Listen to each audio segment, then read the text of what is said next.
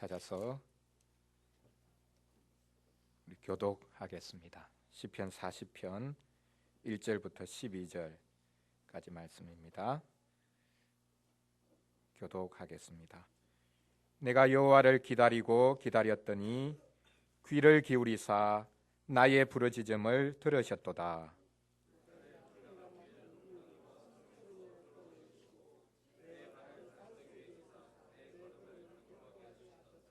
새 노래 곧 우리 하나님께 올릴 찬송을 내 입에 두셨으니 많은 사람이 보고 두려워하여 여호와를 의지하리로다.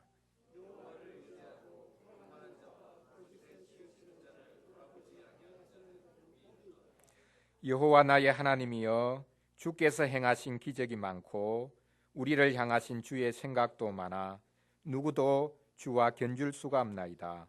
내가 널리 알려 말하고자 하나 너무 많아 그 수를 셀 수도 없나이다.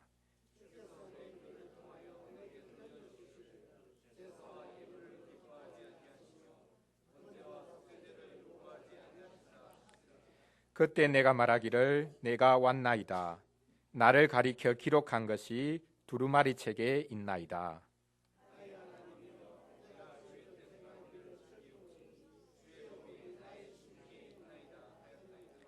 내가 많은 회중 가운데에서 의의 기쁜 소식을 전하였나이다. 여호와여, 내가 내 입술을 닫지 아니할 줄을 주께서 아시나이다. 내가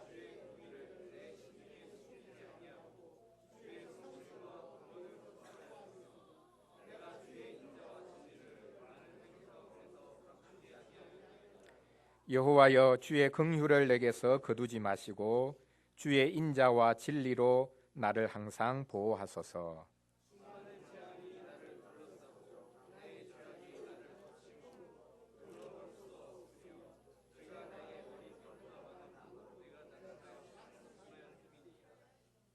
아멘. 요한계시록 7장 9절부터 17절까지 말씀 제가 봉독하겠습니다. 이일 후에 내가 보니 각 나라와 족속과 백성과 방언에서 아무도 능히 셀 수 없는 큰 무리가 나와 흰옷을 입고 손에 종려 가지를 들고 보좌 앞과 어린 양 앞에 서서 큰 소리로 외쳐 이르되 구원하심이 보좌에 앉으신 우리 하나님과 어린 양에게 있도다 하니 모든 천사가 보좌와 장로들과 내 생물의 주위에 서 있다가 보좌 앞에 엎드려 얼굴을 대고 하나님께 경배하여 이르되 아멘. 찬송과 영광과 지혜와 감사와 존귀와 권능과 힘이 우리 하나님께 세세토록 있을지어다. 아멘 하더라. 장로 중 하나가 응답하여 나에게 이르되 이 흰옷 입은 자들이 누구며 또 어디서 왔느냐? 내가 말하기를 내 주여 당신이 아시나이다 하니 그가 나에게 이르되 이는 큰 환난에서 나오는 자들인데 어린 양의 피에 그 옷을 씻어 희게 하였느니라.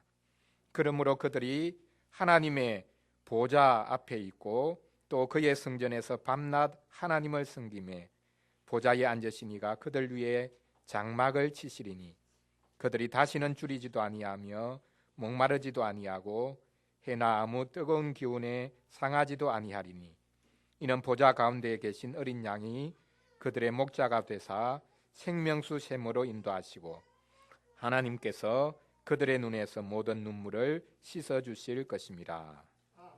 아멘.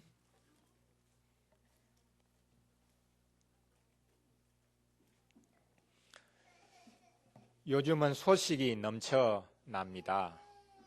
소문이 넘쳐납니다. 흉한 풍문이 돌아다니고 있습니다. 하도 흉한 소문들이 많다 보니 지나간 일들을 되돌아 볼 여유도 없습니다. 뼈아픈 지난 일들을 잊지 않는 것이 흉한 소문들 속에서 우리 자신을 지키는 일이 될 텐데 말입니다. 예를 들어 지난 11일이 일본에서 후쿠시마 원전 사고가 난 지 4주기였습니다. 어느 매체에서도 이 후쿠시마 4주기에 대해 심도 깊게 다루는 것을 보지 못했습니다. 일본에서도 마찬가지였을 것입니다. 되도록이면 덮고 가고 싶기 때문입니다. 우리도 다르지 않을 것입니다. 세월호 일주기가 곧 닥칠 텐데 이것도 은근슬쩍 넘어갈 것입니다. 이 사건에 관련된 이들이 너무나 많기 때문입니다. 일반 국민들도 세월호를 들먹이면 언제까지 그런 것에 신경 쓰고 살아야 하냐고 피로감을 호소합니다. 이상한 것이 사람들이 거대한 뉴스에는 시큰둥한 반응을 보입니다. SNS, 사회통합서비스 같은 그런 것들의 영향인지 모르겠지만 사소한 일들에 우리는 더 큰 관심을 가집니다. 자기에게 관심거리인 사소한 것들에 대해서는 끝없이 파고듭니다. 그런 것에 관해 자신과 조금이라도 다른 생각을 가지고 있는 이들을 집요하게 물고 늘어집니다. 누구나 공감할 수 있는 좋은 소식이 있을까요? 오늘 시편 40편 말씀에 보면 복된 소식을 전하는 사람이 있습니다. 다윗 자신이 복된 소식을 전하겠다고 말하고 있습니다. 다윗이 자신의 입술을 닫지 않겠다라고 말합니다. 말할 것이 많아서 입이 근질거린다는 뜻이 될 것입니다. 신자는 회중에 속해서 의의 복된 소식을 나눈다라는 주제로 오늘 말씀을 살펴보려고 합니다. 첫째로 복된 소식을 전하는 자가 고백자라는 것을 살펴보겠습니다. 둘째로 복된 소식의 핵심 내용인 용서하시는 의에 관해 살펴보겠습니다. 마지막 세 번째로는 복된 소식을 나눌 대상인 회중에 관해서 살펴보겠습니다. 첫째로 복된 소식을 전할 자입니다. 그는 고백자입니다. 복된 소식은 사람에 대한 낙관에서 나오지 않습니다. 복된 소식은 사람의 절망으로부터 출발합니다. 아이러니하지만 복된 소식은 죄로부터 출발합니다. 오늘 시편 40편 12절을 보십시오. 다윗은 자신의 죄에 관해 말합니다. 수많은 재앙이 나를 둘러싸고 나의 죄악이 나를 덮침으로 우러러 볼 수도 없으며 죄가 나의 머리털보다 많음으로 내가 낙심하였음이니이다. 다윗은 자신이 낙심했다고 말합니다. 무엇 때문에 낙심했다고 말합니까? 자신이 당한 재앙이 많기 때문입니다. 그가 처음에 표현했듯이 기가 막힐 웅덩이와 수렁에 빠졌습니다. 아무리 허우적대어도 빠져나올 수가 없었습니다. 그런데 다윗은 갑자기 자기 죄악에 대해 말하기 시작합니다. 자기를 덮은 재앙은 다름 아니라 자기 죄악이라고 말합니다. 자기 죄가 머리털보다 많다라고 말합니다. 가만히 보니까 자기가 당한 재앙은 자기 죄악 때문이구나 라는 것을 안 것입니다. 성경에서 머리카락을 말하곤 합니다. 하나님께서 머리카락 하나라도 다 세고 계신다라고 말합니다. 하나님이 머리카락을 세신다라고 할 때는 두 가지 측면이 있습니다. 먼저는 하나님께서 다 알고 계시니 두려워할 필요가 없다는 것입니다. 너희 머리카락 하나도 잃지 않을 것이다 라고 주님이 위로하십니다. 또 다른 하나는 하나님께서 머리카락 하나까지 다 세고 계시니 금방을 떨지 말라는 것입니다. 맹세를 함부로 하는 사람을 향해서 하신 말씀에서 이런 지적을 하셨습니다. 너희 머리를 가지고 맹세하지 말라. 너희 머리를 두고 맹세하지 말라. 너희는 머리카락 하나라도 희게 하거나 금게 할 수 없다라고 주님이 말씀하셨습니다. 다윗은 이 두 번째 의미에서 자기 죄가 머리카락보다 많다고 말합니다. 하나님께서 일일이 세고 계신다라는 뜻일 것입니다. 하나님께서 자신의 죄를 다 알고 계신다는 뜻입니다. 자기 죄를 사람에게 숨길 수는 있어도 하나님께는 숨길 수가 없다라는 뜻입니다. 사람이 자신의 왜소함을 느낄 때가 있습니다. 대자연의 위용 앞에 서면 사람들이 기가 죽습니다. 아무리 과학기술을 거대하게 발전시킨 인생이라고 하더라도 대자연 앞에서는 기가 죽는 법입니다. 자신이 한없이 초라해지는 느낌을 받습니다. 그것조차도 느끼지 못한다면 감수성이 많이 떨어진다라고 보아야 할 것입니다. 자연 앞에 서면 사람이 겸손해집니다. 그런데 그것은 자신을 진정으로 발견한 것이 아닙니다. 사람은 자신이 죄인이라는 것을 알아야 합니다. 세상 사람들도 자신들이 죄인이라는 것을 알고 있지 않냐라고 하겠지요. 아닙니다. 법적으로 잘못했다고 말을 할 수 있을지 모르겠지만 하나님 앞에서 자신이 죄인이라는 것은 알지 못합니다. 우리가 죄인이라는 말을 너무 쉽게 써서 그렇지 죄인이라는 말이 쉬운 말이 아닙니다. 죄인이란 말은 자신이 파산 선고를 받았다라는 뜻입니다. 가계부채로 인해 또 사업 실패로 인해 파산 선고를 받을 수는 있어도 자신 전체가, 자신의 인격 전체가 파산 선고를 받았다라는 것을 인정하기가 쉽지 않습니다. 말씀이 아니고서는 자기 죄를 발견한다는 것이 쉽지 않습니다. 아니, 불가능합니다. 그런데 다윗은 마침내 자신의 죄악을 말하기 시작합니다. 사람에게 잘못한 것이 있어서 미안하다는 뜻이 아닙니다. 시편 51편에서 고백하고 있듯이 다윗은 자신이 범한 어떤 죄악이든지 그것은 곧 하나님을 향한 죄악이다 라고 고백합니다.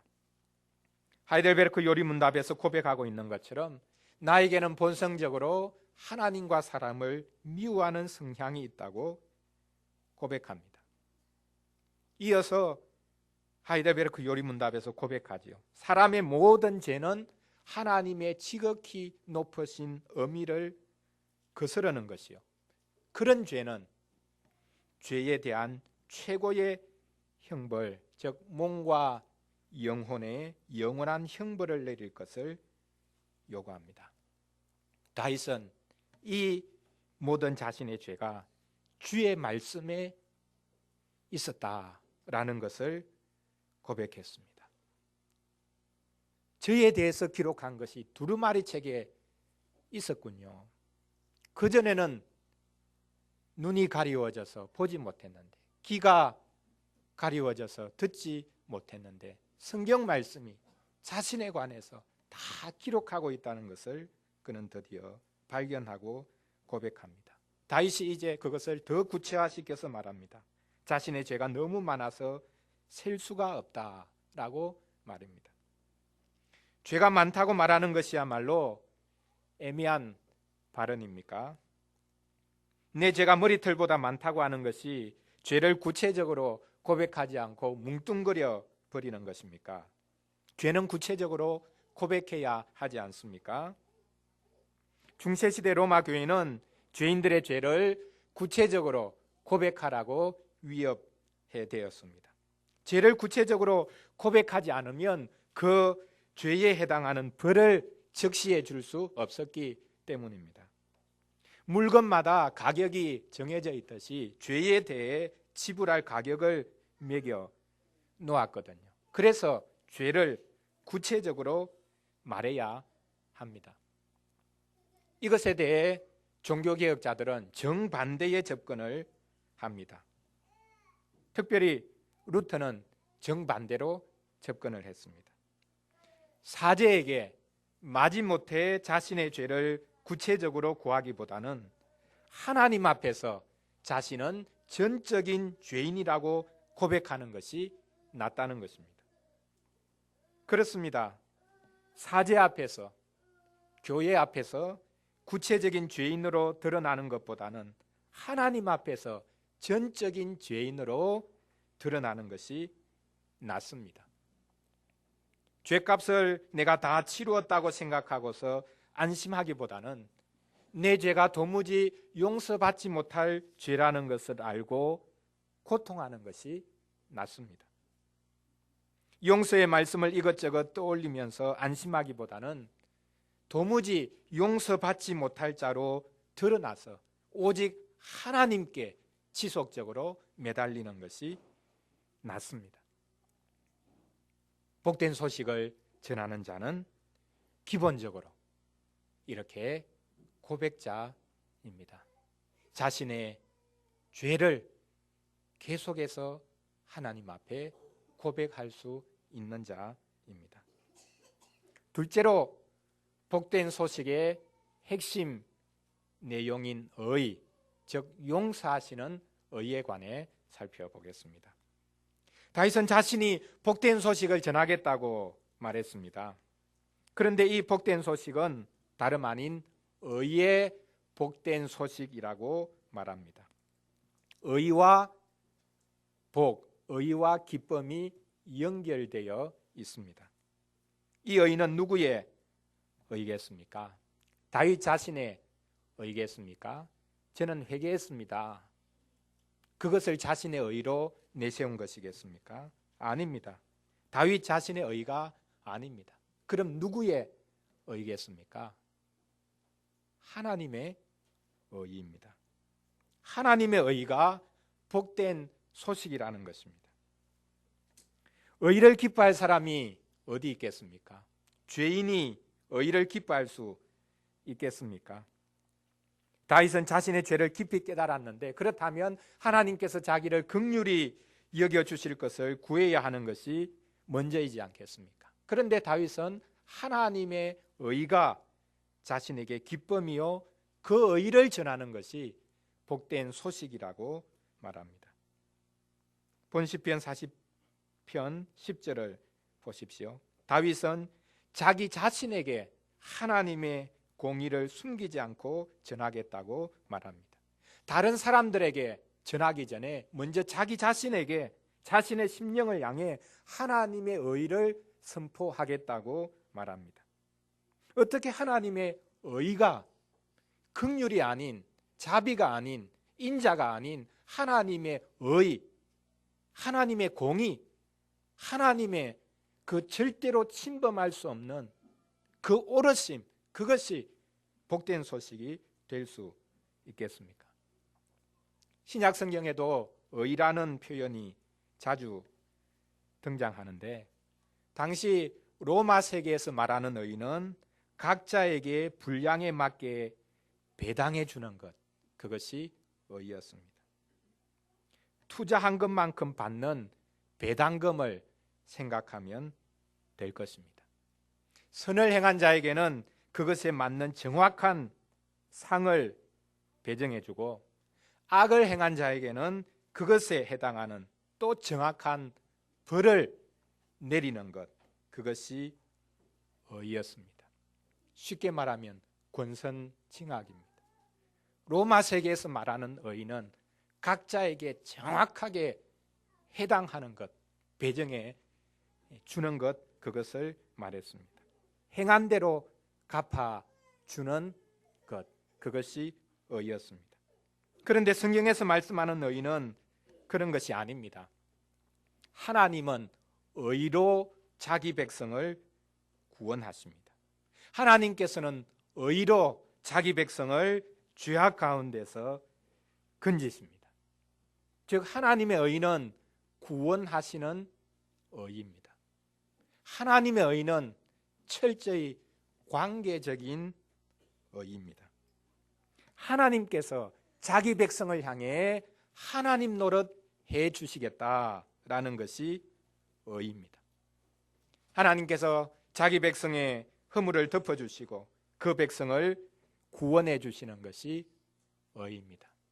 사도 바울은 거듭거듭 이 하나님의 의에 관해 찬양했습니다.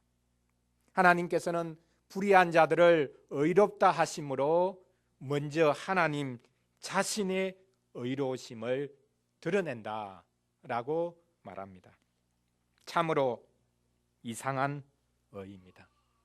불의한 자를 의롭다 하고 아무것도 일하지 않은 자를 수고했다고 말함으로 하나님의 의로움이 나타납니다. 여러분, 우리가 하나님을 오해해서는 안 될 것입니다. 하나님의 의는 자기 백성을 심판하고 끊어내어버리는 것이 아니라 그들을 건지시기 위한 의입니다. 다윗은 하나님의 이 의, 즉 구원하시는 의, 용서하시는 의를 깨달았기 때문에 그 의를 하나님의 모든 다른 성품들과 연결시킬 수 있었습니다. 본시편 10절을 보십시오. 내가 주의 공의를 내 심중에 숨기지 아니하고 그 다음 주의 성실과 구원을 선포하였으며 내가 주의 인자와 진리를 많은 회중 가운데서 감추지 아니하였나이다. 의 외에 성실, 인자, 구원, 진리 이런 것들이 나옵니다. 의로 이 모든 것들을 꿰고 있습니다. 하나님의 의는 성실한 의입니다. 하나님의 의는 신실한 의입니다. 하나님은 신실하셔서 약속하신 것을 지키십니다. 하나님의 의는 구원하는 의입니다. 하나님은 자기 백성을 구원하기를 기뻐하십니다. 또한 하나님의 의는 인자한 의입니다.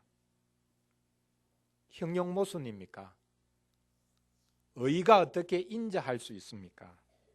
의와 인자가 어울리지 않는다. 그렇게 생각할 수 있을지 모르겠습니다. 사람이 의롭기 위해서는 인자함을 버려야 합니다. 인상을 잔뜩 찌푸려야 합니다. 반대로 사람이 인자하기 위해서는, 다른 사람에게 너그럽기 위해서는 의를 버려야 합니다. 그런데 하나님께는 이 두 가지가 대조되지 않습니다. 하나님의 의는 인자와 긍휼이 많은 의입니다. 냉혹한 의가 아닙니다. 마지막으로 하나님의 의는 진리, 즉 진정한 의입니다. 하나님의 의는 거짓이 조금도 개입됨이 없는 순수한 진리입니다. 이렇듯 다윗은 의라는 관점에서 하나님을 이해하고 있습니다. 이제 우리는 다윗이 하나님께 긍휼을 간구하는 본시편 11절의 말씀을 충분히 이해할 수 있습니다. 여호와여 주의 긍휼을 내게서 거두지 마시고 주의 인자와 진리로 나를 항상 보호하소서. 그냥 적당히 눈 감아 주십시오, 그런 뜻이 아닙니다. 하나님의 의로 저를 구원해 주십시오. 그 의는 긍휼이 많은 의요, 그 의는 인자한 의요, 그 의는 하나님의 진리를 조금도 유보하지 않는 그런 의이기 때문에 그 의로 저를 건져주시기를 원합니다 라고 구하고 있습니다. 중세 로마 교회는 신자들의 죄를 씻기 위한 과정을 구체화했습니다. 죄를 해결할 수 있는 구체적인 길을 만들어내었습니다. 마음으로 통회하고 입으로 고백하고 행위로 보속하는 일련의 과정을 만들어내었습니다. 그런데 결국 중세교회가 가장 강조했던 것은 마지막 행위로 보속하는 것입니다. 행위로 죄를 갚는 것, 형벌을 갚아내는 것이었습니다. 교회가 돈을 벌어야 했기 때문입니다. 면벌부가 바로 그것이죠. 이 보속의 양을 교회가 정합니다. 처음에는 조금 전에 말씀드렸듯이 각 물건마다 가격이 정해져 있듯이 죄에 대해서 정확한 보속의 양이 정해져 있었지만 나중에 가면 이게 들쑥날쑥합니다. 늘어났다가 줄어들었다가 고무줄처럼 한없이 늘어나기도 하고 또 어떤 경우에는 줄여주기도 했습니다. 이것은 신성모독입니다. 보속은 죄에 대한 형벌, 그것은 사람이 정할 수 있는 것이 아니라 오직 하나님이 정하셔야 합니다. 그런데 놀랍게도 하나님은 의로 자기 백성을 구원해 주십니다. 물렁한 의입니까? 아닙니다. 하나님의 의가 십자가로 나타났습니다. 십자가가 하나님의 의입니다. 죄는 형벌을 반드시 받아야 하고 죄의 삭은 사망이라는 것, 이것이 하나님의 의이기 때문에 십자가가 곧 하나님의 의입니다. 십자가의 보혈이 하나님의 의를 충족시켰습니다. 그리스도가 아니고서는 하나님의 의는 말 그대로 냉정한 의를 넘어 잔혹한 의가 될 수밖에 없습니다. 그리스도로 인해 이제 우리는 하나님의 의를 기뻐할 수 있습니다. 그러므로 복된 소식은 용서하시는 의, 그리스도를 통하여 우리를 구원하시는 의가 될 수밖에 없습니다. 마지막 세 번째로 이 복된 소식을 나누는 대상, 회중에 관해서 한번 살펴보겠습니다. 다윗은 죄의 문제를 가지고 또한 의의 문제를 가지고 굉장한 씨름을 했습니다. 그런데 이 씨름은 다윗 홀로 고독하게 한 씨름이 아닙니다. 자기 혼자 고독하게 수도하다가 깨닫게 된 것이 아니라는 말입니다. 이 씨름은 역사를 거슬러 올라가 보면 야곱에게까지 이릅니다. 야곱은 약속의 땅으로 돌아오기 직전에 요단강 지류인 야복강에서 하나님과 씨름했습니다. 야곱이 고독하게 내면적인 씨름을 한 게 아닙니다. 하나님께서 그에게 씨름을 걸어 오셨습니다. 참 이상한 일입니다. 하나님께서 야곱에게 씨름을 걸어 오실 이유가 없습니다. 그런데도 하나님께서 씨름을 걸어 오십니다. 왜 그렇습니까? 야곱은 형 에서와 달리 선택의 사람이었기 때문에 결국에는 그가 꺾여야 했습니다. 하나님은 거짓말쟁이 야곱이 약속의 땅을 차지하러 들어오기 직전에 그를 꺾으셔야 했습니다. 그래서 하나님께서 그를 붙들고는 씨름하셨습니다. 야곱은 하나님께서 자기에게 씨름을 걸어오셨다라는 것을 깨닫고는 하나님께 울면서 매달립니다. 이제 그는 오직 인간적인 장교가 아니라 하나님이 주시는 복, 그것만을 간구하는 자리에 설 수 있었습니다. 하나님 앞에서 죄인이 된 사람은 이제 하나님을 외칠 수 있습니다. 하나님을 피하지 않고 하나님과 더불어 결판을 낸 사람은 사람 앞에서 당당하게 설 수 있습니다. 용서받은 자는 할 말을 가지고 있습니다. 하나님은 용서하시는 분이다. 하나님은 의로우신 분이다 라고 이제 말할 수 있습니다. 용서받았기 때문에 자신에 대한 자랑은 있을 수 없습니다. 하지만 용서받았기 때문에 나눌 것이 많습니다. 이제 다윗은 하나님의 의를 찬양하고 선포하기 시작합니다. 다윗은 의의 복된 소식을 선포합니다. 그런데 이 선포는 회중 가운데에서 선포하는 것입니다. 이제 다윗은 드디어 하나님의 백성들과 함께 있을 수 있었습니다. 죄를 지을 때는 아무리 곁에 사람들이 많고 심지어 교회 안에 있다고 할지라도 다른 성도들과 떨어져 있습니다. 사도신경에서 고백하듯이 성도의 교통을 누릴 수가 없습니다. 그런데 죄를 고백하고 나서는 하나님의 언약적인 의를 받아들이고 나서는 성도의 진정한 교통 가운데로 들어갑니다. 다윗이 의의 기쁜 소식을 나누기를 원했던 대상이 회중이었습니다. 회중이라는 말에 주목하십시오. 최초의 회중이 시내산에 모인 회중입니다. 그들이 거대한 무리를 이루어 시내산에 섰습니다. 그들이 어떻게 그렇게 거대한 무리를 이루게 되었습니까? 애굽에서 종살이하던 이들이 아닙니까? 애굽의 바로가 유대인들을 멸절하려고 교묘한 술책들을 동원하지 않습니까? 대규모 건축 사업을 벌여서 아주 심한 노역을 시킵니다. 산파들을 동원해서 태어난 아이들을 목졸라 죽이라고 명령합니다. 급기야 군대를 동원해서 태어난 아이들을 무조건 빼앗아서 나일강에 던져 넣습니다.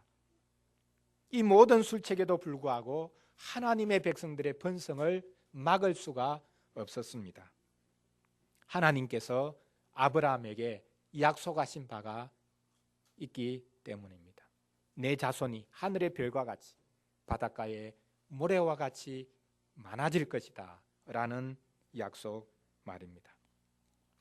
마침내 이스라엘 백성은 거대한 민족을 이루어 출애굽해서 시내산에 이르렀습니다. 이때 하나님께서 모세에게 말씀하시죠.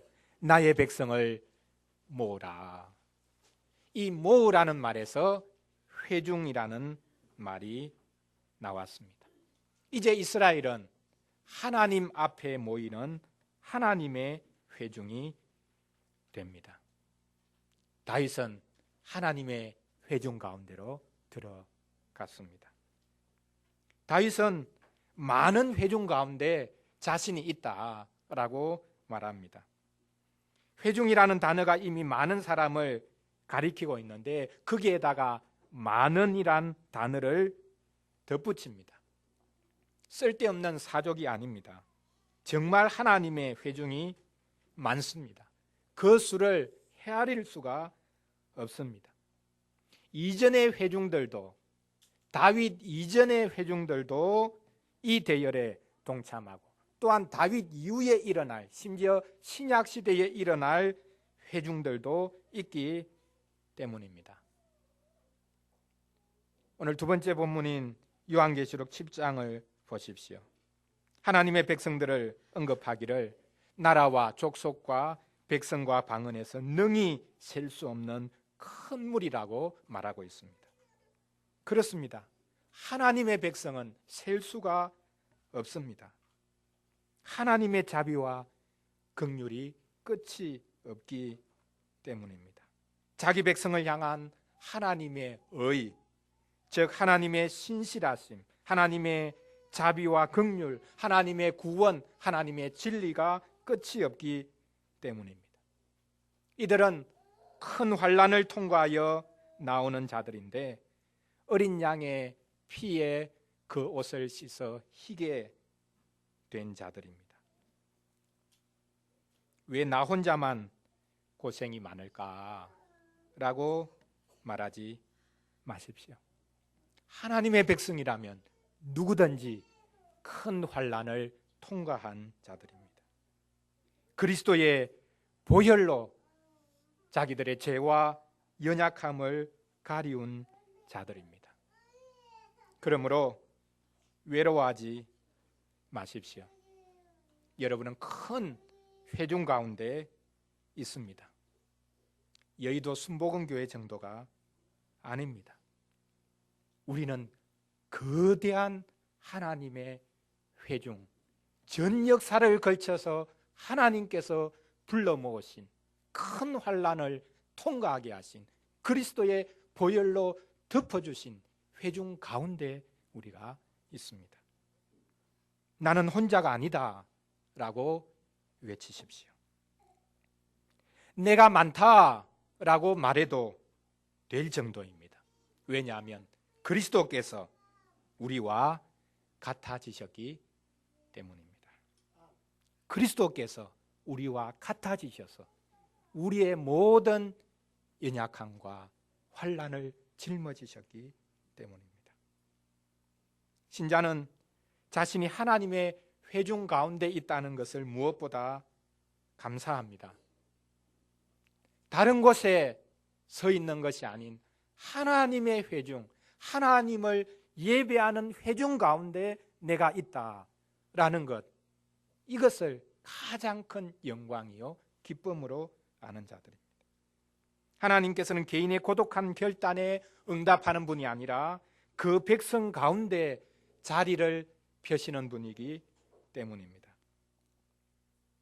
고난주간에 종종 묵상하는 시편 22편, 십자가에 달리신 예수님이 처음부터 끝까지 묵상하고 외치셨던 시편 22편 보십시오. 나의 하나님, 나의 하나님, 어찌하여 나를 버리셨나이까? 라고 외친 시인이 마침내 하나님의 도움으로 구출받습니다. 그가 구출받은 즉시로 돌아간 것이 바로 하나님의 회중이었습니다. 그 회중 가운데로 돌아가 하나님을 칭송합니다. 내가 주의 이름을 형제에게 선포하고 회중 가운데서 주를 찬송하리이다. 큰 회중 가운데서 나의 찬송은 주께로부터 온 것이니 주를 경외하는 자 앞에서 나의 서원을 갚으리이다. 하나님의 회중에 속해서 하나님을 칭송하는 것이야말로 하나님께 영광 돌리는 것입니다. 사랑하는 성도 여러분, 복된 소식이란 다름 아닌 하나님께 구원이 있고 하나님께 용서가 있다는 것입니다. 용서는 오직 하나님께 있다. 이것이 복된 소식입니다.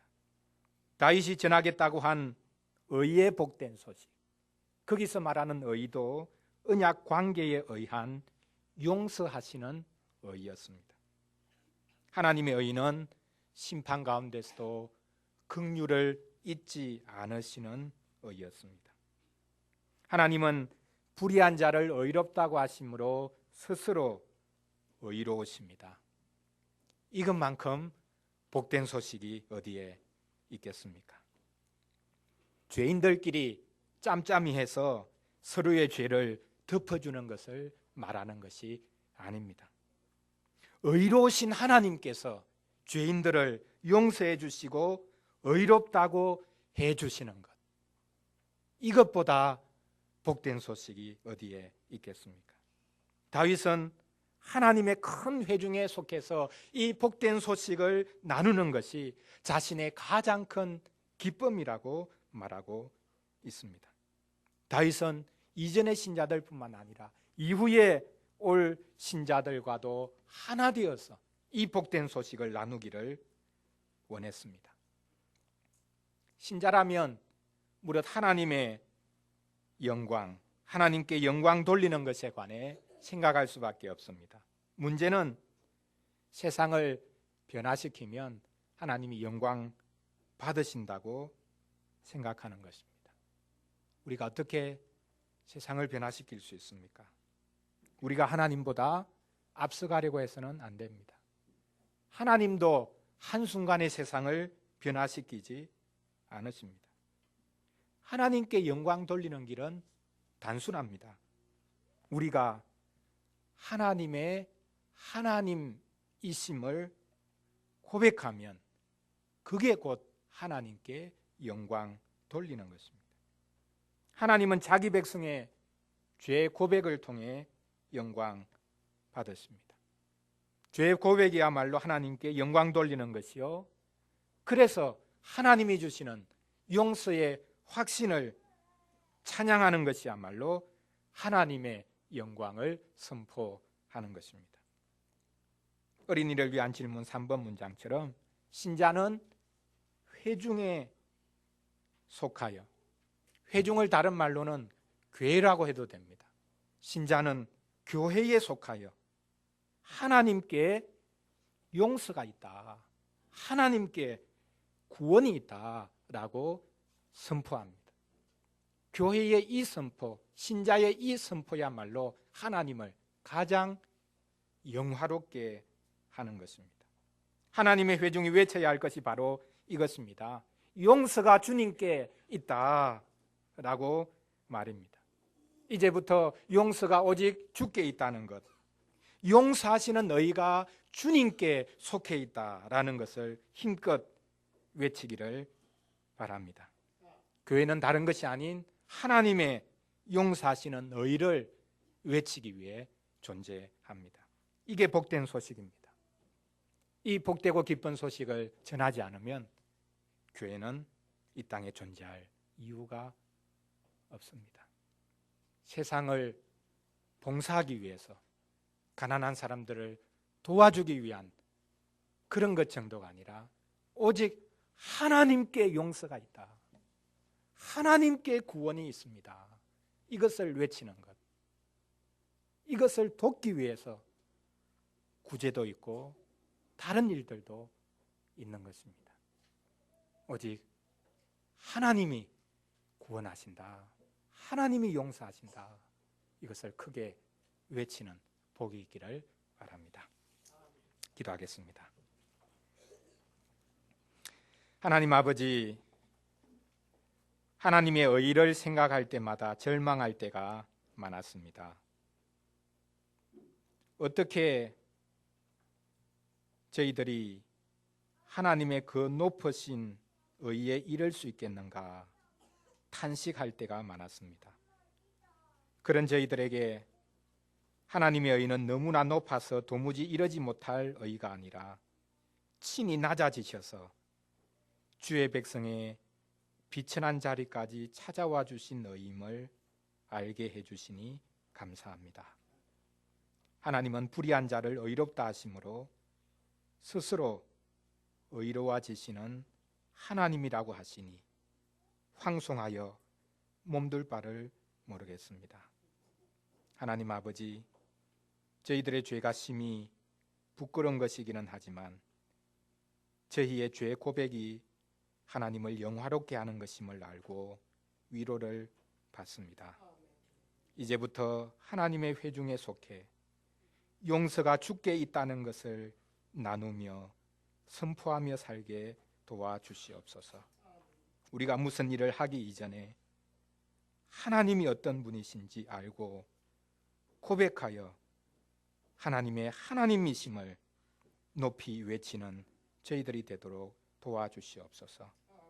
교회가 어떤 사회사업이나 생산적인 일을 하지 못해도 하나님의 용서하시는 의를 선포하는 것이 교회의 사명임을 알게 하여 주시옵소서.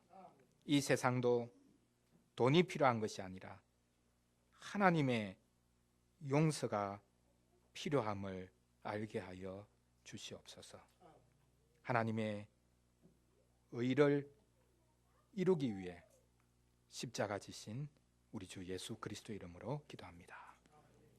아멘.